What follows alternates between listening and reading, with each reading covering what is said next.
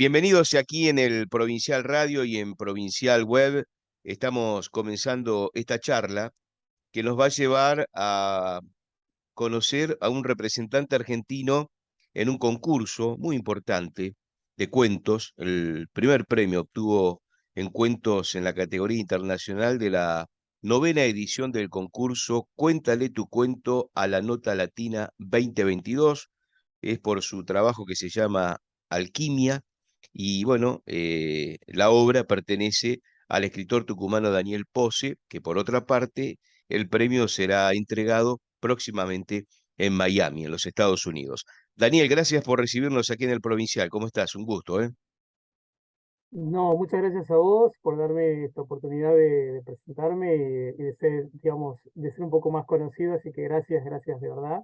Y es un honor para mí, digamos, estar aquí en tu espacio, ¿no? Bueno, Daniel, contanos un poquito primero sobre este premio, cómo lo eligieron y obviamente hablarnos un poquito de la obra, ¿no? Bueno, mira, te cuento, yo antes que nada te quiero aclarar que soy un poco reacio a los concursos, ¿no? Ujú. Que me cambió un poco la mirada de concursar en los certámenes literarios es la pandemia, ¿no? Tanto encierro, tanta cosa así, uno buscó hacer cosas para no entrar en la locura, ¿no? Porque ya de por sí estar encerrado era una suerte de locura elástica. Entonces, la verdad que me quedó un poco esa costumbre y bueno, este año me llegaron las bases de este concurso, es el noveno. Cuéntale tu cuento a la Nota Latina, es la novena edición que se hace justamente desde Miami y lo hace la Nota Latina, que es una publicación muy importante de web de la comunidad hispana en la Florida, en Estados Unidos, y que en realidad esto coincide un poco porque, bueno, ellos tienen como una mirada de festejo o de conmemoración diferente con el mes de octubre al nuestro, porque nosotros festejamos o conmemoramos la diversidad, y ellos un poco la hispanidad, ¿no? Que es una forma de asentar sus raíces. Entonces, esta publicación, que tiene más de 400.000 visitas mensuales, digamos, ahí en Miami, empezó a auspiciar este evento ya hace 9 años y que coincide también con una feria cultural, artesanal, industrial y de todo el potencial económico que tiene la comunidad hispana justamente en la Florida, que es muy importante. A su vez, este medio de comunicación sirve de enlace con otros, se conecta con la mayoría de los medios hispanos que se publican dentro de los Estados Unidos, que sabemos que los Estados Unidos es un país que cada vez se habla más castellano o español, de hecho se calcula que son más de 50 millones en este momento, pero aparte la población hispano-latina ha ido ascendiendo socioculturalmente y entonces por hoy ocupa espacios y consume arte y cultura. Un poco este concurso y este evento va respondiendo a eso. Me habían llegado las bases y yo obviamente, como todo concurso, lo empiezo a ver y veo que me quedó, creo, esta costumbre y este afán de querer participar y empiezo a ver que tiene diferentes categorías, pero que tiene una condición que era que tenías que dentro de los Estados Unidos, era el hispano residente. Y yo dije, estoy en Argentina, es el fin del mundo, un poco imposible. Pero bueno, después de un día lo empiezo a leer más en detalle y descubro que existe la categoría internacional, que es para residentes latinoamericanos o hispanos, residentes, digamos, en cualquier parte del mundo, pero que su lengua sea justamente el español o el castellano. Pero tenía otra condición, dos condiciones más. Una que era, obviamente, que tenía que ser un relato que no pase de las 3 páginas y que tenía que resaltar, digamos, algún tipo de costumbre que tenga que ver con la cultura del lugar de donde vos venís. Y yo la verdad que tengo muchos cuentos escritos, pero la mayoría tienen finales terribles y no entraba dentro de la temática y digo, ¿qué hago? Tenía tiempo y entonces comienzo a pensar y me acordé de una receta de mi abuela, ¿no? Una receta de una típica comida tucumana que es el pastel de novios, que es una comida que data de la época colonial, que no la conseguís en ninguna roticería porque son recetas que van transmitiéndose oralmente. Y entonces un poco la llamo a mi mamá, recordamos la receta y utilizo la receta justamente para armar la historia, ¿no? Porque bueno, yo igual le pongo algo de ficción y de fabulación en el sentido de que le pongo la condición, digamos, que digamos, creo un personaje, una mujer que tiene 40 años, que es la encargada de hacer los pasteles de novio, que se hacen exclusivamente para los casamientos, pero le pongo el ingrediente de que, bueno, que eso es que tenía una maldición hacer esto, porque si la mujer que lo hacía era soltera no se casaba más. Eso es una fábula, bueno, no es así. Pero bueno, ella un poco resistiendo ese mandato, es una mujer que tiene 40 años, que está soltera, que nunca conoció el amor, nunca fue atravesada por el amor, y que empieza a cocinar un pastel de novio, ¿no? Y mientras va cocinando le van pasando cosas, ¿no? Se va acordando de su vida, de sus asignaturas pendientes, de, ¿no? De los mandatos que la atravesaron y la siguen atravesando. Y mientras va sucediendo todo esto, en un momento determinado termina, digamos, de cocinar el pastel, y lo deja enfriar, y sentada en su galería al frente de la casa, llega un cartero. Y ese cartero que llega a traerle una factura, le cambia la vida, le cambia la historia. No voy a contar el final. Se llama justamente alquimia, ¿por qué? Porque yo considero que, bueno, la alquimia es esta ciencia o pseudociencia mítica que supuestamente los alquimistas tenían el poder o la virtud de convertir el plomo en oro o cambiar el estado de las cosas. Y yo creo que la cocina es, sin lugar a dudas, un laboratorio de alquimia, porque de hecho vos con unos ingredientes transformás y convertís otras cosas, ¿no? Y un poco lo que pasa es eso. Y al principio se llamaba el pastel, luego le pongo alquimia y bueno, lo mando. La verdad que yo, honestamente, lo había escrito en una tarde, lo había corregido al día siguiente, es demasiado rápido para mí, porque cerraban las bases, cerraban el plazo de entrega, y bueno, lo dejé pasar. Bueno, el domingo me llega, en realidad el mail me llega el sábado, pero yo el domingo dentro del correo y me doy con que había ganado el primer premio en categoría internacional.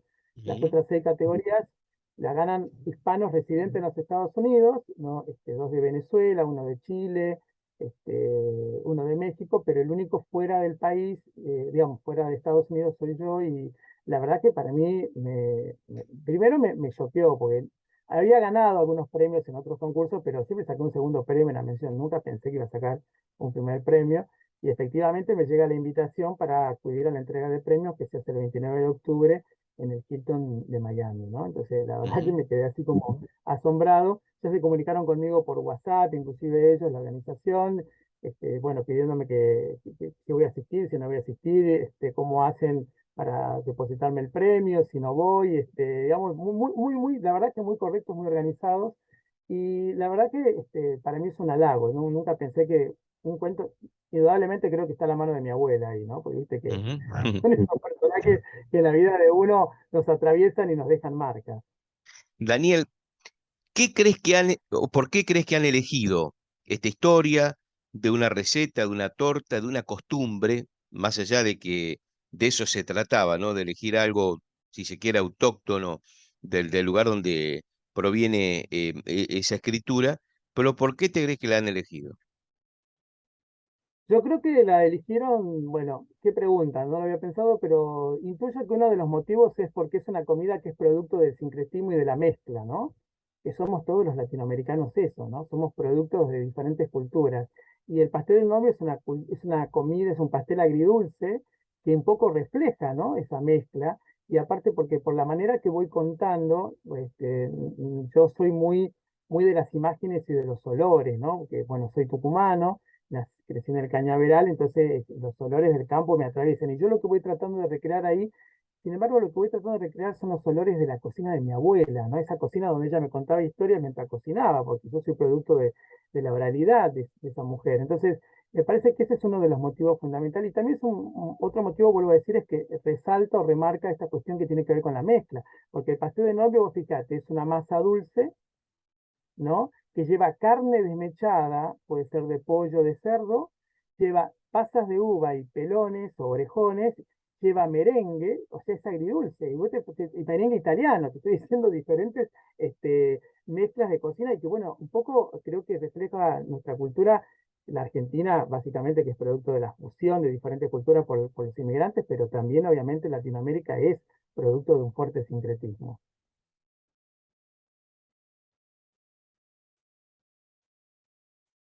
Viajás, digamos, ¿está previsto que viajes? ¿Vas a ir? Eh, no, No. tengo que Está ser honesto, difícil. no, no.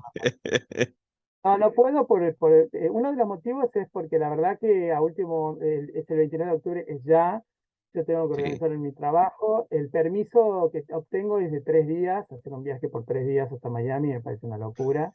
Mm, Los costos con el impuesto país me decapitan, sí. ¿no? De hecho, los No te costos, alcanza ni el premio para pagarlo.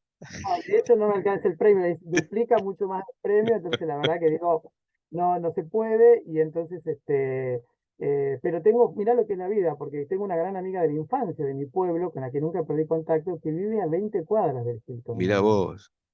Entonces, un poco le pedí así que vaya ella en mi nombre, pero sí hoy, y esta es primicia, no lo saben los otros medios que me hicieron notas, y te lo cuento a vos, sí hoy recibí la invitación para ser jurado el año que viene en el certamen, así que bueno, el año que Ah, viene mirá. con más tiempo la voy a organizar y voy a ir, porque el relato aparte va a ser publicado en una antología para la comunidad hispana en los Estados Unidos, y justamente por eso me prohibieron publicarlo al relato, solo puedo hacer reseñas y entiendo, ¿no? Porque un poco Mm, ellos lo premian, pero ellos son dueños de los derechos por un tiempo, ¿no?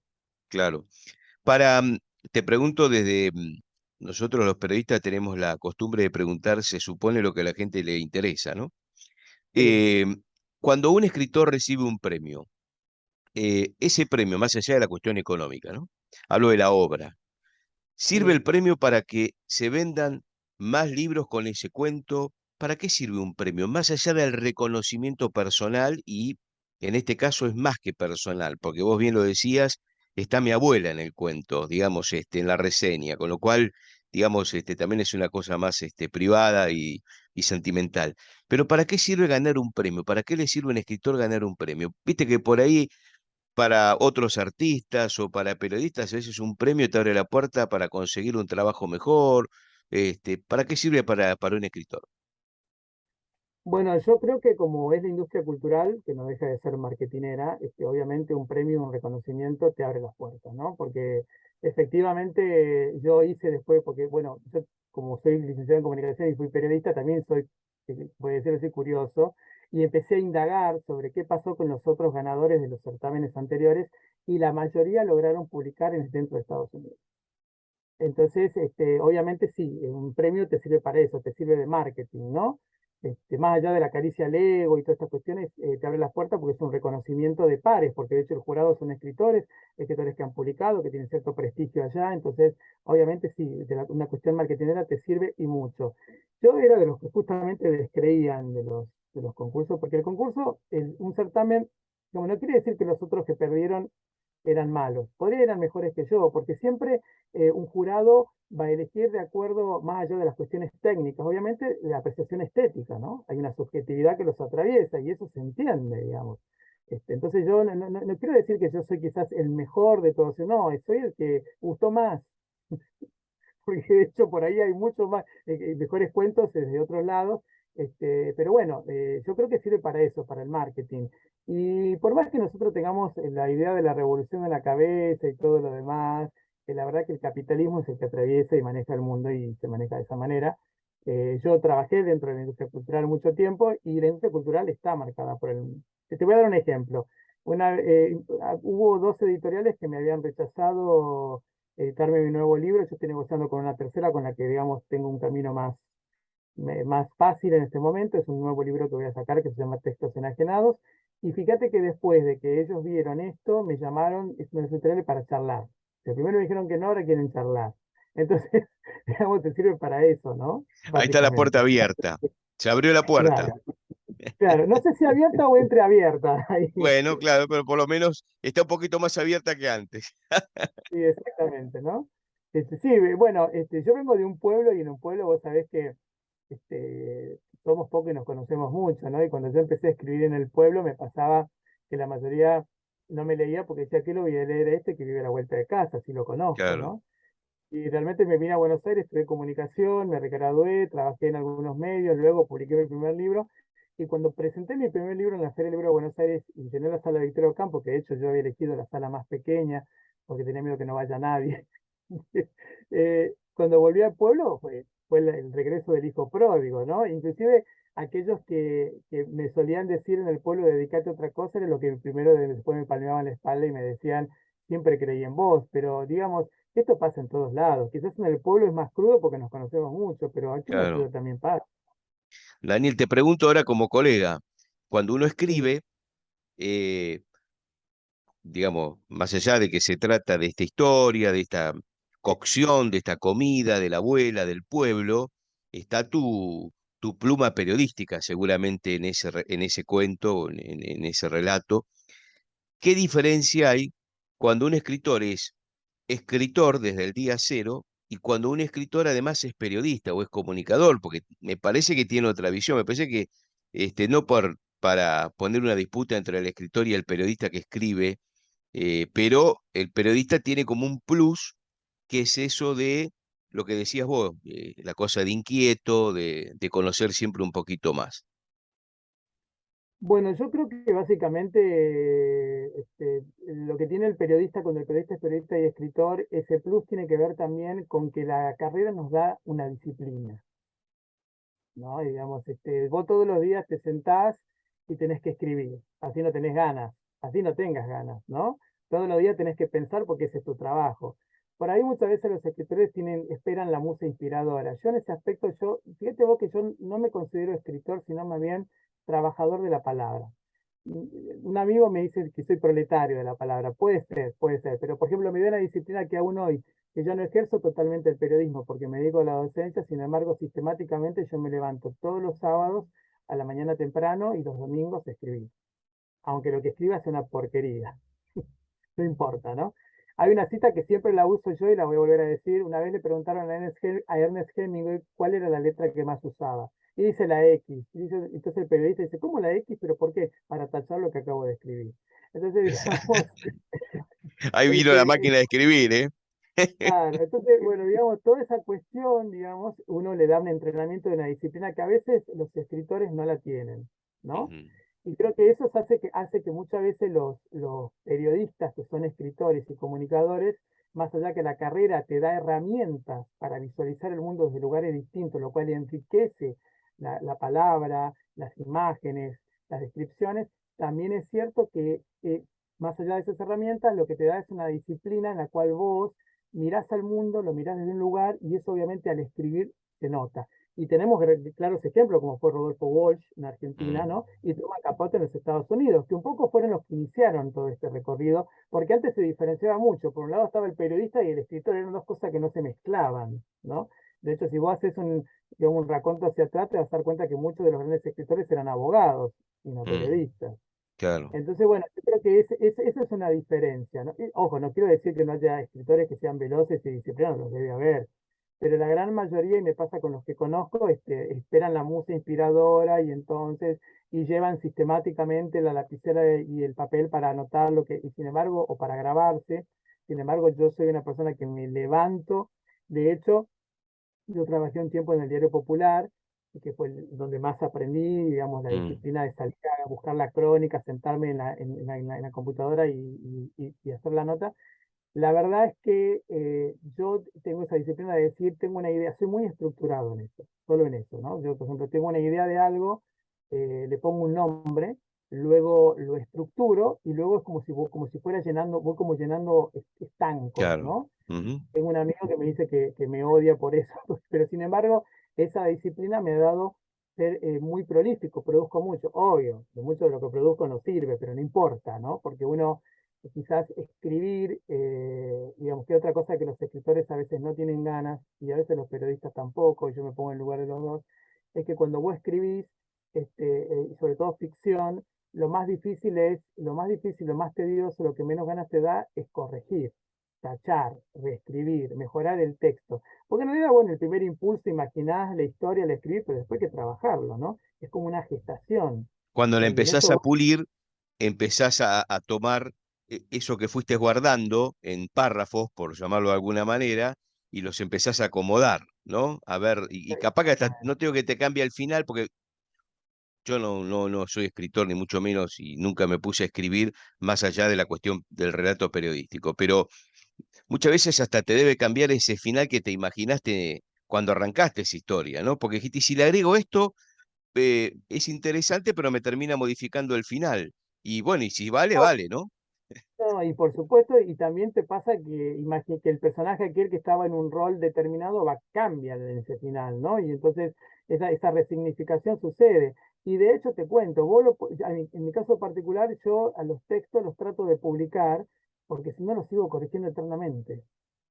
Entonces es una cosa que a mí me gustan 3 días, al cuarto ya no me gusta. Yo Porque tenía aparte le un... encontrás siempre, no digo el error, pero este, algo más, y entonces nunca lo publicás, es verdad, es como que pasa eso. Es bueno, ya está, listo. Hablando de la cocción, ya está la torta. No le busquemos más vuelta, no la decoremos más, vamos a ponerla arriba de la mesa, ¿no? Sí, porque no se termina más. Borges decía, yo publico para no seguir corrigiendo, te decía Borges, y tienes razón, sino que, porque aparte, en ese proceso de que no te conforma, digamos, vos te enamoras. Yo siempre comparo esto que como, ¿viste cuando uno se impacta con alguien y se enamora a primera vista? Sí, Lo que lo ve todo hermoso, pero cuando van pasando los tiempos o los meses, empieza a encontrar los defectos. Bueno, cuando estás encontrando los defectos, el amor se está yendo. Lo mismo pasa con el texto. Mi consejo es escribirlo, a veces guardarlo, esperar un tiempo, ir corrigiéndolo. Por eso, lo que me pasó con este relato, con la alquimia, es que lo escribí, lo corregí una sola vez y no me daban los tiempos y lo mandé con una sensación de insatisfacción enorme y de decir, bueno, ni lo van a ver, y ni lo mira, van a ver. y llegó el premio. Daniel, Sí, hablaste un poco de tu historia periodística, la docencia, en lo que escribís habitualmente. Lo publicás y enganchado con la pregunta, ¿eso que escribís en general, digamos, siempre va orientado a su mismo sentido o sos de salir un poco muchas veces el periodista de la crónica diaria dice, basta, de lunes a viernes trabajo de periodista para un diario y cuando me siento a escribir quiero escribir sobre otras cosas? ¿Por dónde va tu género o los textos, hacia dónde van, digamos, orientados? bueno, hay algo que me marca muchísimo a mí que son las injusticias, ¿no? Y las injusticias las resignifico y las trato de ver de diferentes lugares, porque a veces lo que uno percibe como injusto para uno, para otro no lo es, ¿no? Entonces jugar con esas miserias y mezquindades humanas que nos atraviesan todo el tiempo. Yo te diría que yo estoy en una constante metamorfosis. De hecho, mi primer libro no tiene nada que ver con lo que escribo ahora. Mi primer libro, imagínate que son 53 relatos que hablan de temas míticos y de temas que tienen que ver con la memoria y con la opresión en el norte de Tucumán. Y textos enajenados, sin embargo, son 60 relatos donde todo el tiempo aparecen atravesados, pero no de manera panfletaria, sino más bien como parte de la trama y de la ficción, todos los temas que tienen que ver con el bullying, el sexting, la opresión, la violencia de género, ¿no? Y estas cuestiones que nos atraviesan y que inclusive de hecho, ahí está un poco también el ingrediente periodístico, porque yo cuando me encerré en la pandemia, dije, tengo que escribir algo que esté necesitando el medio. Como docente me di cuenta que casi no hay textos que sean atravesados por la ESI, por todas estas cuestiones que hoy están tan a flor de piel en la educación. Hay muy pocos y hay mucho para primaria, pero no para secundaria y terciario. Entonces dije, bueno, voy a escribir sobre esto, que aparte lo percibo, porque veo en mi trabajo como docente, soy docente a nivel medio, veo el bullying y veo todas estas cuestiones. Y obviamente rememoro los bullying que yo pasé, porque, bueno, era un gordito cabezón cuando iba a la primaria, y todas esas cuestiones, entonces voy resignificando, ¿no? Pero sí, lo que más me moviliza son lo que tiene que ver con la injusticia. Creo que mis textos son siempre una suerte de denuncia, pero siempre tratando de evitar que sean panfletarios, ¿no? Creo que la literatura panfletaria, por lo menos a mí en particular, no me gusta, entonces voy buscándole el lugar y bueno, y ahí está, por supuesto, el talento que uno tiene como escritor y las lecturas que uno tiene, ¿no? Y las herramientas que uno tiene como comunicador y periodista, porque uno ha leído mucho, maneja las palabras, entonces uno va buscando la forma de poder decir aquello que lo quiere decir, que lo quiere denunciar, pero que indudablemente no quiere que sea un cartel con luces de neón, sino que se vaya percibiendo en la textura del texto, ¿no? Tal cual. Daniel, la última pregunta, y vos sos periodista, así que sabés cómo es. Cuando hay tiempo, como tenemos tiempo ahora, la última pregunta es, agregá lo que tengas ganas de contar. Bueno, la verdad que gracias. Es raro porque vos sabés que a mí me pasa siempre que siempre estoy del lado donde estás vos. A mí es difícil. Bueno, sí, Sí, a mí me ha pasado. entonces hablar un poco de mí, porque yo aunque no lo creas, soy un poco tímido. No parece, pero soy. Soy Mm, medio así. Pero ya agradecerte por esta posibilidad de este espacio. Y obviamente darle las gracias al cosmos y al universo por esta posibilidad que me da, por esta puerta que me entreabre, por otra que la empuja y porque tengo muchas ganas de seguir contando mis historias, que sin lugar a dudas son las historias de otros, porque es lo que me gusta contar. tal cual. Bueno, Daniel, ahora el compromiso es mío, porque es difícil para un periodista.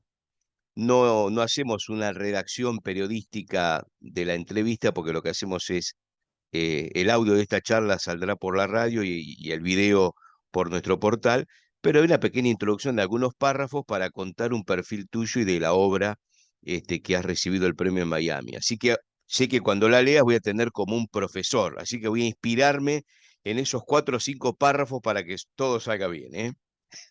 Bueno, muchísimas gracias. Te mando un abrazo y felicitaciones, ¿eh? Un abrazo, gracias. Muy bien, bueno, hablamos con Daniel Pose, yo lo había presentado como escritor, voy por el lado de comunicador, que ha participado de este concurso, el primer premio, la obtención del primer premio en cuentos en la categoría internacional de la novela edición del concurso Cuéntale tu cuento a la nota latina 2022, su trabajo se llama Alquimia y obtuvo ese premio y la entrega será en los próximos días en Miami y nos estuvo, por supuesto, acompañando aquí en el Provincial, por el Provincial Radio y por provincial.com.ar.